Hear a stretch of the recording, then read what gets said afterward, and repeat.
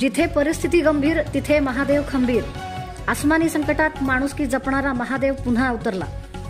आसमानी संकटग्रस्तांच्या पाठीशी महादेवाचे बळ। दक्षिण सोलापूर तालुक्यात ढगफुटी सदृश पाऊस होऊन सध्या भीमा आणि सीना नदीने रौद्र रूप धारण केले आहे। अनेक शेतकऱ्यांच्या शेतात, घरात आणि गावात पाणी शिरून अतोनात नुकसान झाले आहे। अशा आसमानी संकटात सर्वसामान्य माणसांना दिलासा देण्यासाठी जणू दक्षिण सोलापूर तालुक्यात महादेवच अवतरल्याचे चित्र पाहायला मिळत आहे।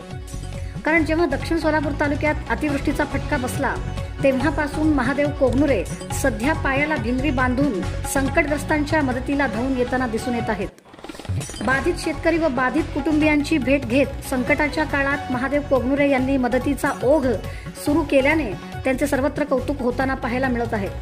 ज्या ज्यावेळी दक्षिण सोलापूर तालुक्यात परिस्थिती गंभीर त्यावेळी महादेव कोगनुरे खंबीरपणे संकटग्रस्तांच्या पाठीशी उभे राहताना दिसून येत आहेत। सर्वसामान्य माणसाच्या सुखदुःखात नेहमीच सहभागी होणारे महादेव कोगनुरे आता अतिवृष्टीग्रस्तांना मदतीचा हात देत माणुसकी जपताना पाहायला मिळतात।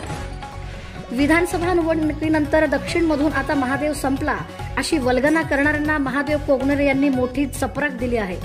नेहमीच निस्वार्थ भावनेने जनमानसांची सेवा करणारा महादेव आता पुन्हा एकदा चर्चेत आल्याचे दिसून येत आहेत।